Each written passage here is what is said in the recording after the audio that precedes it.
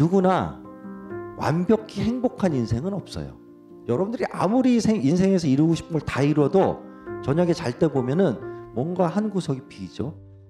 왜 이렇게 행복하지는 않을까, 이런 생각을 누구나 한 번씩을 한단 말이에요. 그랬을 때 제가 드리고 싶은 말씀은,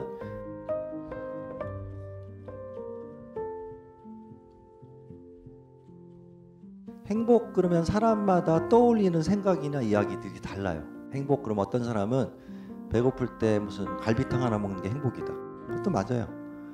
또 뭔가를 성취했을 때, 뭔가 친구를 만났을 때, 뭐 이쁜 옷을 살 때, 이런 것도 다 행복이다. 다 맞기도 하고 다 틀리기도 해요. 왜 다 맞느냐?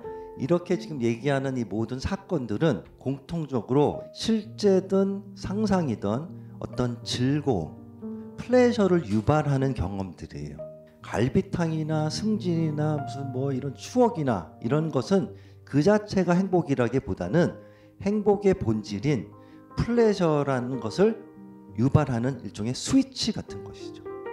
즐거움을 유발하는 모든 자극, 이런 것들의 묶음을 모아서 보재기에 넣고, 우리 보재기 뭐라고 부를까? 그랬을 때 이거 행복이라고 부르자 하는 얘기예요. 그랬을 때 이 보재기를 풀어내면 실제로 행복이라고 하는 거는 몇 그램 무슨 색깔이 있는 물리적인 실체가 없어요. 근데 이 보재기를 드러내면 우리가 뭐예요? 이 쾌를 유발하는 수많은 것들, 이것들의 묶음이다. 이게 이제 큰 포인트예요. 누군가 저희 손에 저는 압정을 박으면 어떨까요? 아프겠다, 이런 생각을 하죠. 이건 말 그대로 생각이고 관념적인 상상이에요. 그것과 실제로 압정이 박히는 거는 질적으로 지금 다른 얘기예요. 제 친구가 와가지고 손 좀 줘봐, 그래서 손을 줬더니 제 친구가 제 손에다가 압정을 탁 박아요. 눈물 콧물이 나고 말로 형용할 수 없는 고통이에요. 이건 경험이죠. 아마 이런 일이 벌어지면 어떨까요? 제 압정을 박았던 친구가 한 20분 있다 찾아오더니 저한테 물어봐요. 야, 은구가 너 손 아직도 아프냐? 그걸 말이라고 하냐 이놈아? 그래서 저 피가 뚝뚝 떨어져요. 그랬더니 이 친구가 저를 탁 안으면서 저한테 무슨 말을 하냐면, 은구가 아프다라는 생각을 바꿔봐, 그러고 가요. 그럼 제가 그 말을 들으면 이 고통이 싹 없어질까요? 말도 안 되죠.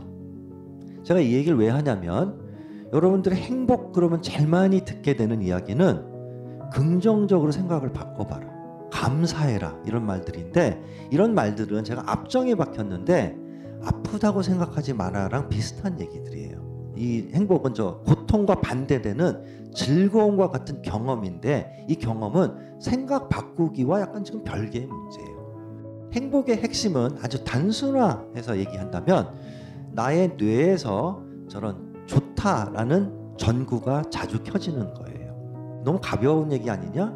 언뜻 들으면 그렇지만 사실은 우리가 인생에서 추구하는 가장 거창한 것들도 그것이 왜 나에게 행복을 줄 것이다 라고 생각을 하냐면, 그것을 성취했을 때 나의 뇌에서 저게 켜질 것이다 라는 확신을 하기 때문에 그래요. 지난 30년간의 연구 결과들을 봐도 행복한 사람과 아닌 사람의 제일 큰 차이는 한마디로 얘기하면은 저 전구가 얼마나 자주 혹은 덜 켜지냐의 차이예요.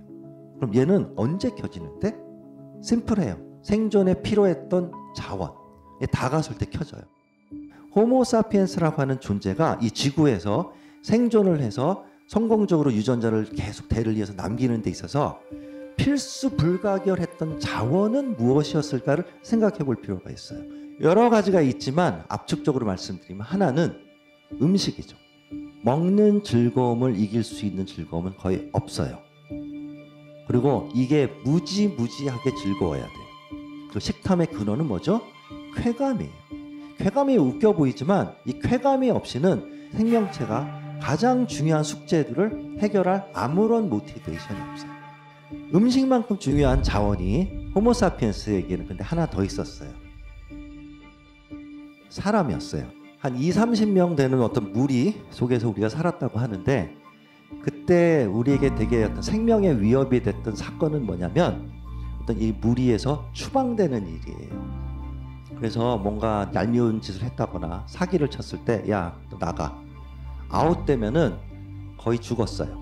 왜냐? 첫 번째 사자 먹이가 됐거나 혹은 유전자를 남길 배우자를 만날 확률이 거의 없었어요.